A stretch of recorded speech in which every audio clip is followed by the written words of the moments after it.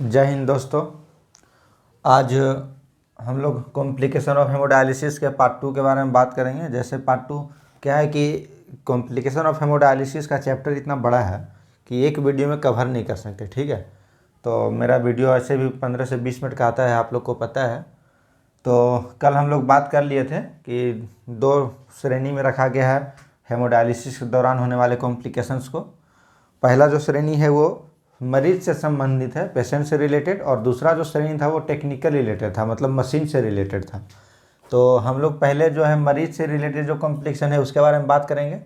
तो उसमें जो सबसे मेन जो कॉमन कॉम्प्लिकेशन है वो है आपका हाइपोटेंशन, माने कि ब्लड प्रेशर कम हो जाना, कम रक्तचाप। कब? हेमोडायलिसिस के दौरान। यहाँ पे ये जो हम बता रहे हैं कि ये हाइपोटेंशन का क्या कारण है और उसका क्या मैनेजमेंट है, ये सामान्य लोगों के लिए नहीं है। जैसे मेरे या जिनका किडनी स्वस्थ है उनके लिए नहीं है। अगर उनका ब्लड प्रेशर कम होता है तो उनका और दूसरा कारण हो सकता है, लेकिन ये जो है ये सिर्फ डायलिसिस पेशेंट लोगों के लिए है ना, जो लोग हेमोडायलिसिस करवाते हैं।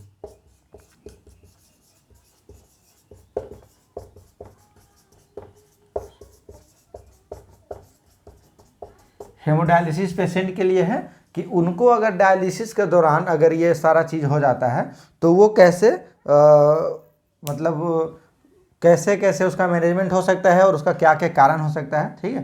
ताकि आप पहले से प्रिपेयर होकर आइए ये सब कारणों से बच के, तो आपको डायलिसिस दौरान जो है ब्लड प्रेशर कम नहीं होगा।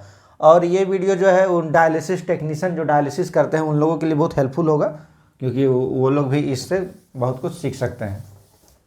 तो आइए वीडियो स्टार्ट करते हैं। इसका एक और नाम है IDH, जिसको बोलते हैं इंट्रा डायलिटिक हाइपोटेंशन।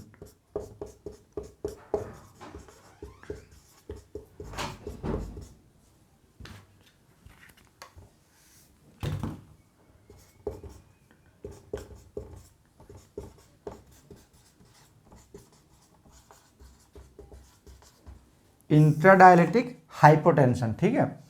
तो यहाँ पे एक वर्ड समझने वाला बात है कि डायलिसिस में देखिए हम लोग का दो जगह, एक ये जो वर्ड है इंट्रा, इसका और इंटर का यूज होता है। जैसे देखिए मैं आपको बता रहा हूँ, INTRA इंट्रा, और एक वर्ड है INTER। तो ये दोनों वर्ड का अगर आप अंतर समझ जाएंगे तो आपको यहाँ पे जो है दो चीज़ बहुत अच्छा समझ में आ जाएगा। जैसे कि डायलिसिस के दौरान अगर ब्लड प्रेशर कम हो रहा है तो हम लोग उसको बोलते हैं इंट्रा डायलिटिक हाइपोटेंशन, मैंने वो डायलिसिस के दौरान हुआ, मैंने विदिन डायलिसिस के अंदर हुआ। और इंटर कहाँ लगता है? इंटर एक हम लोग का होता है IDWG, है ना, IDWG, इसके बारे में आप लोग सुने होंगे। ये क्या होता है? Inter dialytic weight gain, inter DIALYTIC, inter dialytic weight GIN, inter dialytic weight gain. तो इंटर डायलिटिक वेट गेन और इंट्रा डायलिटिक हाइपोटेंशन दोनों अलग अलग चीज़ है। इंटर डायलिटिक वेट गेन क्या होता है कि दो डायलिसिस के बीच का जो हम लोग का वजन बढ़ा हुआ है उसको हम लोग बोलते हैं इंटर डायलिटिक वेट गेन, और डायलिसिस के दौरान जो कम होता है उसको हम लोग बोलते हैं इंट्रा डायलिटिक हाइपोटेंशन। तो ये जो वर्ड है इंटर और इंट्रा, ये कहीं भी यूज हो सकता है, ऐसा नहीं है कि जरूरी कि डायलिसिस में ही यूज हो। इंटरनेशनल भी आप सुने होंगे, है ना।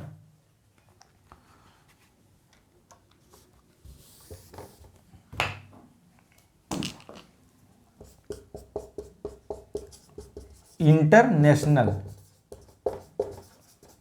इंटरनेशनल क्या होता है? इंटरनेशनल का मतलब क्या होता है कि अंतरराष्ट्रीय, माने दो राष्ट्रों के बीच में। जैसे कि हम लोग सुने ना इंटरनेशनल एयरपोर्ट है, या तुम कहाँ चले गए तो हम इंटरनेशनल में काम करने चले गए, माने दूसरे स्टेट में, दूसरे राष्ट्र में, यानी दूसरे नेशनल में वो काम करने चले गए। तो इंटर का मतलब होता है कि बिटवीन, जैसे कि दो शहरों के बीच या दो राज्यों के बीच या दो राष्ट्र के बीच में जो वर्ड का यूज होगा वो इंटर होगा। और अगर एक ही राज्य के अंदर का बात हो रहा है, मैंने जैसे कि हम लोग का झारखंड राज्य है, तो अगर झारखंड राज्य के अंदर का ही बात होगा तो वो हो जाएगा इंट्रा स्टेट, है ना। और अगर झारखंड और बिहार दो स्टेट के बारे में बात होगा तो वो हो जाएगा इंटर स्टेट, ठीक है। ये समझ में आ गया। तो हम लोग यहाँ पे जानेंगे कि इंट्रा डायलिटिक वेट गेन माने इंटर डायलिटिक वेट गेन जो है वो दो डायलिसिस के बीच का है।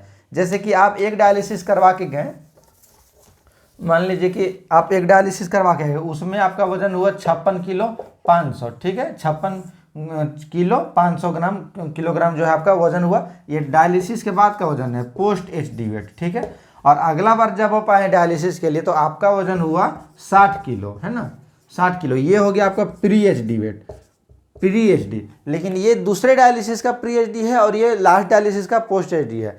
तो हम लोग को आईडीडब्ल्यूजे यानी इंटर डायलिटिक वेट गेन निकालने के लिए क्या करना होता है कि pre HD weight minus last post D weight, pre HD weight minus last post HD weight. तो प्री एचडी वेट अभी क्या है हम लोग का 60 किलो और लास्ट पोस्ट एचडी वेट क्या है 56 किलो 500। तो इसको हम घटा देंगे, ठीक है। तो 10 में से 5 गया 5 या 9 में से हो गया 3, तो 3 किलो 500 इनका जो है ये क्या हो गया आईडीडब्ल्यूजी, ठीक है। तो 3 किलो 500 आईडीडब्ल्यूजी हो गया। तो अब इसके हिसाब से हम लोग जानते हैं कि इनका 60 किलो शरीर का वजन है और इनका जो आईडीडब्ल्यूजी है वो 3 किलो 500 हो गया है। तो जो पहला यहाँ पे लिखा हुआ है रिमूविंग टू मच वेट, यानी कि हाइपोटेंशन का जो मेन कारण एक है वो है रिमूविंग टू मच वेट। मतलब आप अगर इनके शरीर से बहुत ज़्यादा पानी निकालेंगे या बहुत ज़्यादा वजन इनका कम कर देंगे तो भी इनको हाइपोटेंशन हो सकता है, ठीक है। इसीलिए जो इंटर डायलिटिक वेट गेन है उसको पेशेंट लोग को कम रखना है और यहाँ पे डायलिसिस दौरान कम पानी निकलवाना है ताकि जो है ब्लड प्रेशर कम नहीं होगा। तो जो सबसे पहला कारण है वो रिमूविंग टू मच वेट है। अगर शरीर से बहुत ज़्यादा वजन कम नहीं होगा तो ब्लड प्रेशर कम नहीं होगा। दूसरा जो कारण है वो है एनीमिया। एनीमिया का मतलब होता है कि हम लोग के शरीर में जो खून की कमी हो जाती है उसको हम लोग एनीमिया बोलते हैं, ठीक है। एनीमिया अगर किसी के रहेगा, अगर शरीर में खून की कमी रहेगा तो उसको भी डायलिसिस के दौरान ब्लड प्रेशर कम होने का संभावना रहता है। Taking anti hypertensive pills before HD. अगर बहुत सारा पेशेंट का क्या है कि ब्लड प्रेशर का मेडिसिन चलता है, हाइपरटेंसिव है ना, तो एंटी हाइपरटेंसिव मतलब ब्लड प्रेशर के अगेंस्ट में काम करने वाला जो मेडिसिन चलता है, अगर वो डायलिसिस के पहले खा के आ जाते हैं तो उनका भी क्या है कि ब्लड प्रेशर डाउन होने का संभावना रहता है। लो वेट गेन और डिहाइड्रेशन। लो वेट गेन का मतलब है कि जैसे हम अभी यहाँ बताएं 3.5 kg जो आईडीडब्ल्यूजी है, आईडीडब्ल्यूजी inter dialytic weight gain 3.5 kg है। अगर ये मान लीजिए कि मात्र 0.5 kg रहेगा आपका और अगर आप पानी शरीर से निकाल रहे हैं 1 लीटर या 1 लीटर 500 निकाल रहे हैं तो क्या होगा कि जो है बीपी कम हो जाएगा। या अगर पानी आप नहीं भी निकाल रहे हैं और उनका वेट गेन है ये नहीं है या वो शरीर ऑलरेडी डिहाइड्रेट हो चुका है, हो सकता है कि उनको डायलिसिस से पहले 2-3 डायलिसिस से पहले लूज मोशन हो गया हो, बहुत ज़्यादा वोमिटिंग हो गया हो, उनके शरीर से जो है फ्लूइड निकल गया हो। और उस स्थिति में अगर डायलिसिस करेंगे और उनका अगर हम लोग केयरफुली नहीं करेंगे तो उनको भी क्या हो सकता है हाइपोटेंशन आईडीएच हो सकता है। इसके बाद है एनाफाइलेक्सिस। एनाफाइलेक्सिस क्या होता है कि ये एलर्जिक रिएक्शन है, एलर्जिक रिएक्शन है। एनाफाइलेक्सिस रिएक्शन को हम लोग एलर्जिक रिएक्शन भी बोल सकते हैं। एलर्जिक रिएक्शन में क्या होता है, माने किसी भी मेडिसिन का एलर्जी या किसी भी केमिकल का एलर्जी अगर पेशेंट को हो जाता है तो उसको एनाफाइलेक्सिस बोलते हैं और ये बहुत ही गंभीर होता है। जैसे कि हम लोग डायलिजर जो हम लोग रिप्रोसेसिंग करते हैं या हम लोग का जो नया डायलिजर रहता है उसमें भी केमिकल से होकर के आता है। जैसे नया डायलिजर में एथिलीन ऑक्साइड रहता है और जो हम लोग का जो रिप्रोसेस वाला डायलिजर रहता है उसमें पर एसिटिक एसिड रहता है। तो अगर वो सब अच्छे से क्लीन नहीं हुआ और अगर उसमें अगर पेशेंट का बॉडी में चला गया तो उनको रिएक्शन हो सकता है, एनाफाइलेक्सिस रिएक्शन हो सकता है। इसके बाद है हार्ट डिजीज। अगर कि पेशेंट को अगर दिल का बीमारी है, अगर हार्ट का कोई डिजीज है वैसा, जैसे कोरोनरी आर्टरी डिजीज CAD हो गया है ना, या फिर उनको पेसमेकर लगा हुआ है या फिर उनको स्टेंट लगा हुआ है, हार्ट में स्टेंट लगा हुआ है, तो ये सब एक कंडीशन है हार्ट डिजीज का। और इसमें भी क्या है उनको बीपी कम होने का संभावना बहुत अधिक रहता है। एयर एम्बोलिज्म, अगर उनके बॉडी में एयर का एंट्री हो जाता है तो हम लोग उनको एयर एम्बोलिज्म बोलते हैं, ठीक है। इसमें भी ब्लड प्रेशर कम होता है। एयर एम्बोलिज्म होने का संभावना अगर कहीं से आपका खुला रह गया या ढक्कन टाइट नहीं हुआ या कैथेटर या IVF नीडल को जो है आप अच्छे से टाइट नहीं करने पर वो क्या है एयर एम्बोलिज्म होने का संभावना रहता है। सेप्टिसीमिया, अगर उनको इन्फेक्शन है, अगर उनको बहुत ज़्यादा शरीर में इन्फेक्शन है तो उस कंडीशन को हम लोग क्या बोलते हैं सेप्टिसीमिया, ठीक है। अगर उनको बॉडी में सेप्टिसीमिया है, इन्फेक्शन है तो भी हाइपोटेंशन होने का संभावना रहता है।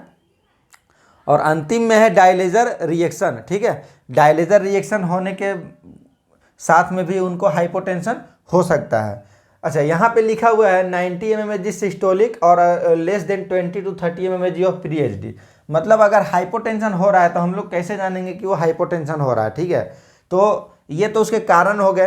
अब अगर हम लोग को पता चलना है कि हाइपोटेंशन एक्चुअल में हुआ है कि नहीं हुआ है तो अगर हम लोग उनका बीपी चेक करते हैं तो अगर सिस्टोलिक ब्लड प्रेशर उनका लेस देन 90 से कम आता है, इसका मतलब कि उनका बीपी कम है, वो हाइपोटेंशन में है।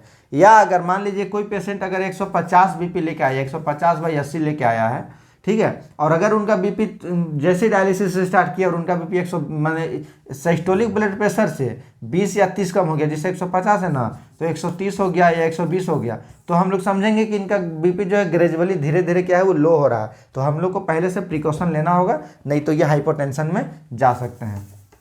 ठीक है, अब हम लोग जानेंगे कि ब्लड प्रेशर कम हो गया तो ब्लड प्रेशर चेक करने के माध्यम से कि 90 mg है और अगर 20 से 30 mg प्री एचडी का है तो हम लोग जान जाएंगे कि इनको हाइपोटेंशन है। लेकिन कभी कभी क्या होता है कि इतना समय नहीं मिल पाता है हम लोगों को डायलिसिस के दौरान कि हम लोग बीपी चेक करें उसके बाद उनका ट्रीटमेंट करें। तो हम लोग को उनको सिम्टम से पता करना होगा कि इनको हाइपोटेंशन हुआ है या हाइपोग्लाइसेमिया हुआ है। तो हम लोग नेक्स्ट जानेंगे कि उसके लक्षण क्या क्या हैं, हाइपोटेंशन के लक्षण क्या क्या हैं।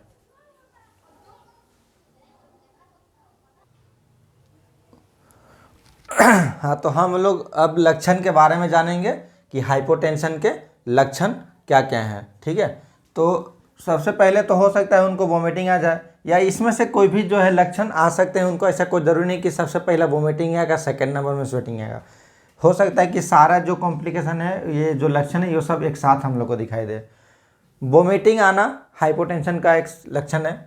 पसीना आना, स्वेटिंग, माने पूरा शरीर उनका जो है पसीना पसीना हो जाएगा। ठीक है, उनको गर्मी लगने लगेगा। ठीक है, कोल्ड क्लाइम स्किन, माने स्किन उनका पूरा ठंडा पड़ जाएगा और चिपचिपा हो जाएगा। जब पसीना आएगा तो ऑलरेडी उनका शरीर पूरा चिपचिपा हो जाएगा, है ना। क्रैम्पिंग, यानी कि मसल्स क्रैम्प्स होने लगेगा उनको। चेस्ट पेन होने लगेगा। अगर ब्लड प्रेशर कम हो जाएगा तो ब्लड का सप्लाई पूरी तरह से हार्ट तक नहीं पहुंच जाएगा, तो वो चेस्ट पेन होने लगेगा। यावनिंग, मतलब जम्हाई उनको आने लगेगा। जब नींद आता है तो जम्हाई हम लोग लेते हैं ना, उसी तरह से जब हाइपरटेंशन होता है तो पेशेंट लोग जम्हाई भी लेने लगता है। लॉस ऑफ कॉन्शियसनेस, माने वो हो सकता है कि जैसे कि उनका जो कॉन्शियसनेस है, जैसे वो नॉर्मल से बात कर रहे होते हैं तो वो आपसे नहीं बात कर पाएंगे। अगर आप उनको आवाज़ दीजिएगा तो जैसे कि अब मान लीजिए हम हैं, ऐसे हमको आवाज़ दी, हेलो अंकल क्या है, कौन है, ऐसे ऐसे मैंने करने लगेगा। मैंने वो जो है अपना कॉन्शियसनेस को, मैंने अपना प्रेजेंट ऑफ माइंड को, जो माइंड है उनका, वो थोड़ा थोड़ा बेहोशी की हालत में जाने लगेंगे। तो आप समझ लीजिए कि वो उनको कोई ना कोई प्रॉब्लम है और आप तुरंत जो है अलर्ट हो जाइए और अपना प्रॉब्लम का सॉल्यूशन कीजिए। ठीक है, इसके बाद है एक सीजर। सीजर में भी आने लगता है, अगर ब्लड प्रेशर कम हो जाएगा तो पेशेंट लोग ऐसे ऐसे छटपटाने लगेगा। हो सकता है कि दौरा जैसा पड़ने का होता है ना, सीजर, उस तरह का आने लगे। इसके बाद है पल्स इंक्रीज, मतलब उनका जो है हार्ट बीट जो होता है, पल्स, वो भी बढ़ जाएगा। तो ये सब है हाइपोटेंशन के लक्षण। अब हम लोग जानते हैं कि हाइपोटेंशन को हम लोग कैसे प्रिवेंट कर सकते हैं, और अगर हाइपोटेंशन में कोई चला गया है तो उसको हम लोग कैसे मैनेजमेंट कर सकते हैं।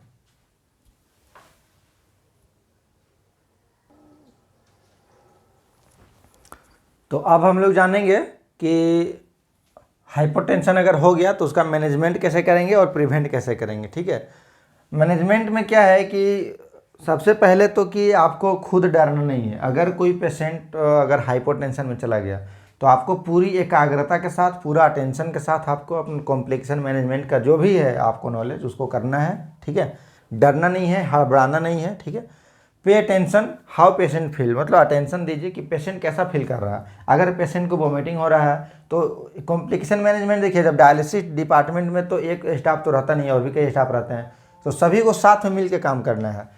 कोई वोमिटिंग के लिए उनको दे रहा है कि वोमिटिंग यहाँ पे कीजिए, तो वोमिटिंग कहीं भी कर देंगे, या उनको हो सकता है कि अगर वोमिटिंग अच्छे से ना हो पाए तो स्प्रेड भी कर जाए। वोमिटिंग अगर अंदर चला जाएगा, ट्रकिया में चला जाएगा, तो उनको बहुत ज़्यादा स्थिति गंभीर हो सकता है। पेशेंट कैसा फील कर रहा है, अगर उनको गर्मी लग रहा है तो आप उनको पंखा चला दीजिए और उसके बाद तुरंत बीपी चेक कीजिए। अगर बीपी कम है तो उसके हिसाब से उनका मैनेज कीजिए। एनएस बोलस करना है। ठीक है, जो नॉर्मल सलाइन होता है उसको देना है, थोड़ा सा इस रैपिडली एनएस स्पीड में। Place patient in Trendelenburg position. Trendelenburg position क्या होता है कि मान लीजिए कि कोई पेशेंट ऐसे फ्लैट मोड में आपका लेटा हुआ है। ठीक है, बेड ऐसे ही रहता है ना, फ्लैट मोड रहता है। हो सकता है कि उसका सर थोड़ा सा ऐसे अप रहे। ठीक है, पेशेंट यहाँ पे लेटा रहता है,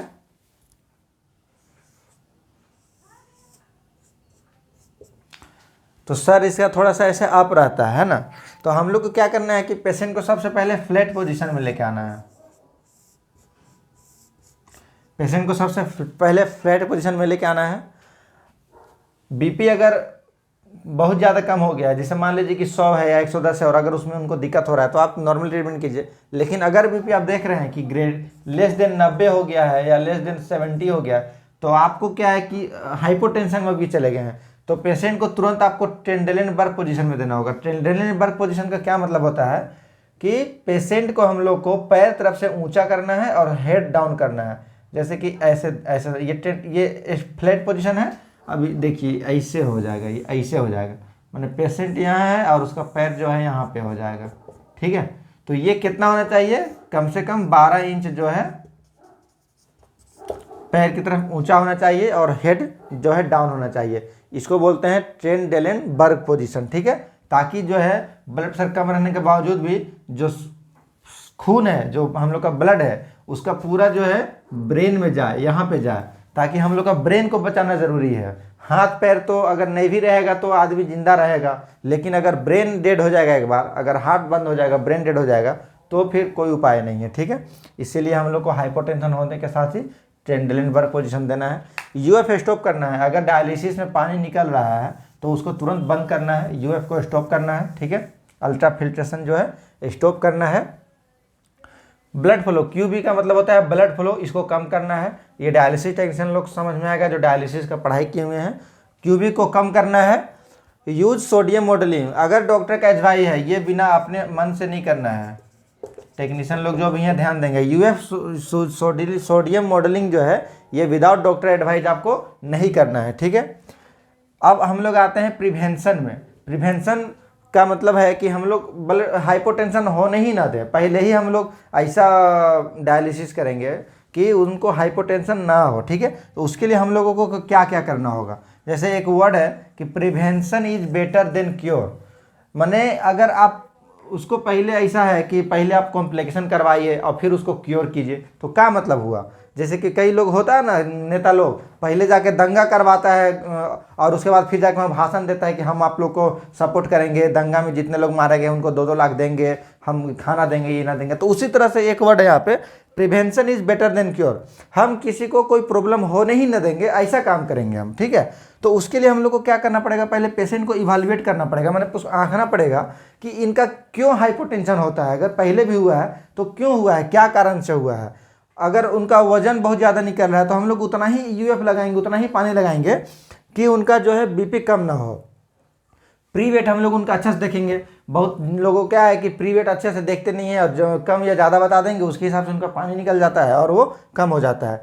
UF goal was correct, UF goal सही से लगा हुआ है कि नहीं लगा हुआ ये देखेंगे कि यूएफ गोल जो हम लोग 3 लीटर या 2.5 लीटर जो भी लगाए हैं वो सही है कि नहीं है, वेट गेन के हिसाब से है कि नहीं है। रिव्यू एंटी हाइपरटेंसिव मेडिकेशन, माने अगर हम लोग उनका जो एंटी हाइपरटेंसिव मेडिसिन चल रहा है अगर उसका रिव्यू करेंगे, कौन कौन सा मेडिसिन खा रहे हैं, नहीं खा रहे हैं, डायलिसिस के पहले खा के आए हैं कि नहीं आए हैं, ये सारा चीज़ हम लोग अगर उनसे पूछेंगे। अगर मान लीजिए कोई डायलिसिस का मेडिसिन खा के आया है, टेक कर लिया है वो, ठीक है, तो हम लोग क्या करेंगे कि ज़्यादा उनको ऊपर ध्यान देंगे, यूएफ थोड़ा सा कम रखेंगे, हर 10 मिनट में उनका बीपी चेक करेंगे। ठीक है, तो ये सब हो गया इसका मैनेजमेंट और प्रिवेंशन।